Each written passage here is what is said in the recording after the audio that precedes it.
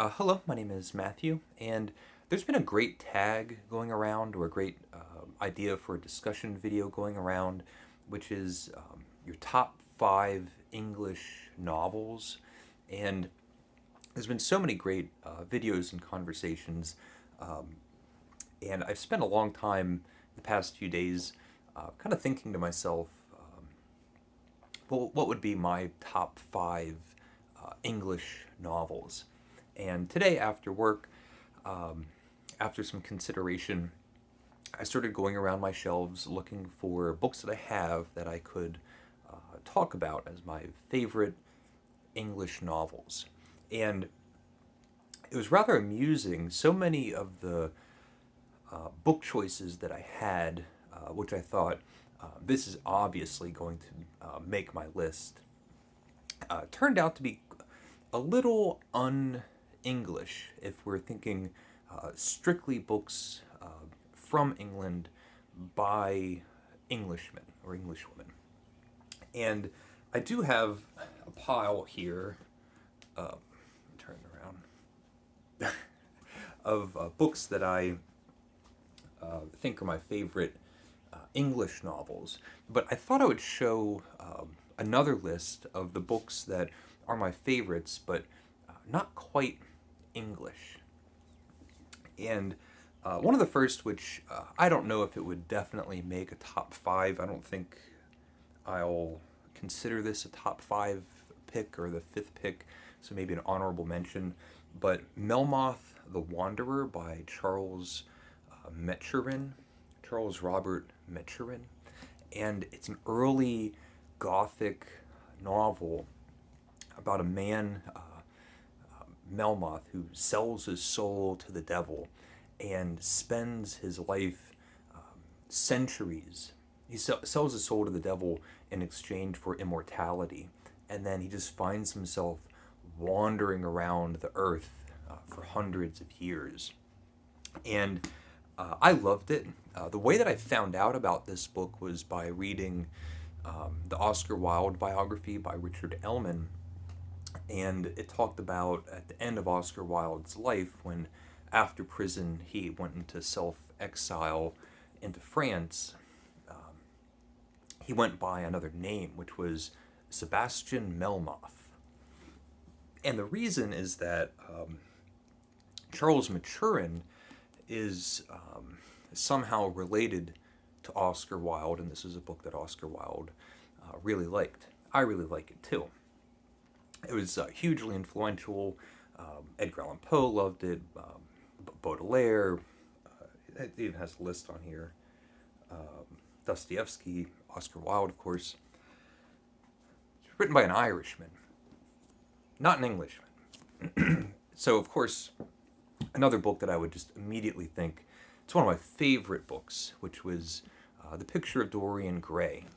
I don't have a standalone copy, but it is contained in my collected major works of Oscar Wilde. And for the longest time, it was just one of my favorite books. I feel like The Picture of Dorian Gray and Oscar Wilde were just very influential for my reading tastes, and even my sense of humor and some of my even aesthetic sensibilities. Just the way that Oscar Wilde would talk and be very serious, but also very flippant, glib, and always ready for a witty retort and a great line. And I think, in many ways, The Picture of Dorian Gray, when it comes to the plot, kind of comes off as a standard pot boiler. But the atmosphere, that sparkling dialogue, some of the horror elements, the gothic elements, just beautifully written with great characters, by an Irishman. The other book that I thought of, which I can't find, and I'm sure that I have it, is Ivanhoe by Sir Walter Scott. And this is another novel by Sir Walter Scott that I also really like, Old Mortality. But Ivanhoe is the book that I would be holding up here. Sir Walter Scott, of course, written by a Scotsman, not English. And it's an adventure tale, it's a historical novel. There's romance and adventure and high stakes and tragedy. Not only is it beautifully written, it's strange. One of the things that attracts me to Sir Walter Scott in general is a slight alienness in the language. It's just different. It's a different way of expressing English. I'm sure that's because he was Scottish. But I love Sir Walter Scott. For the longest time, I spent, maybe a summer, I spent a long time reading these old Scottish books and just flapping through the pages. And I love it. I just love it. Maybe a little bit of a cheat, but if I accept or if I just make the compromise that this trilogy can be considered a single novel, this is Malloy Malone Dies and The Unnameable by Samuel Beckett, another Irishman. These Irishmen. And there's a handful of these great novels by Samuel Beckett. There's Watt and Murphy and Mercier and Camier, How It Is. This is the great big novel, if we consider the trilogy as a whole. And not unlike that attractive feature that can be found in Sir Walter Scott, I mean, the strangeness of the language, here we have experimentation. Things that are poetic and obscure and esoteric and weird. Unlike any other sort of typical kind of novel, we have these interior monologues, and I often think about the similarities between Beckett and Kafka, both horrifying, and both have a very dark sense of humor, and it's an achievement. So I'll count this one. The book, which I also don't have here to hold, but the book that tipped my decision completely over to making a conversation video about UnEnglish novels was The Life and Opinion of Tristram Shandy. Again, I can't find the book. And I looked it up just to double check, another Irishman, these Irish. And I thought, this book is on the list. It's one of my favorite novels. It's experimental and funny and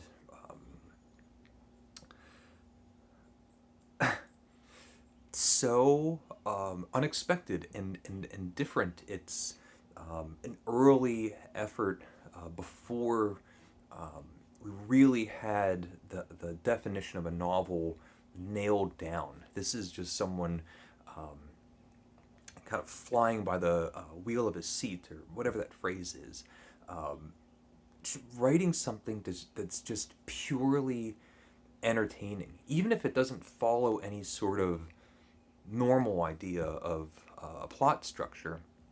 It's like it's a long novel. It's like, I don't know, 800 pages or whatever it is.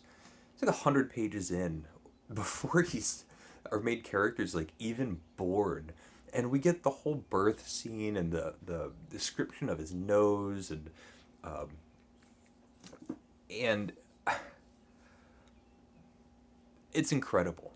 The Life and Opinions of Tristram Shandy, not English, but just amazing. One of my favorite books. And the last book that I'll show, it's another Irishman, so maybe this is a list of my top 5 Irish books, but Gulliver's Travels by Jonathan Swift. I just got this new edition. It's really cool. It has illustrations throughout. It's great illustrations. And I just recently read Gulliver's Travels, I guess sometime last year, and it's a whole lot more than just Gulliver being big in some places and then being really tiny in some places. Um, it's satirical and funny and biting, and the political commentary or the social commentary still holds true. There's the idea of thinking critically and not accepting exactly what you hear and what you're being told. That kind of thoughtfulness comes through in Gulliver's Travels, and I love it. So I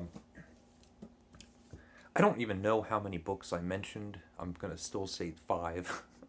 And if anybody's interested, I'll wait to hear. But if anyone wants to hear my actual top 5 real English novels, I'm not a great lover of the English novel, but I do have some picks, I suppose. So anyway, these are some my top 5 un-English novels. Let me know what you think. Thank you for watching. Please leave a comment if you would like. And thank you and take care. Bye.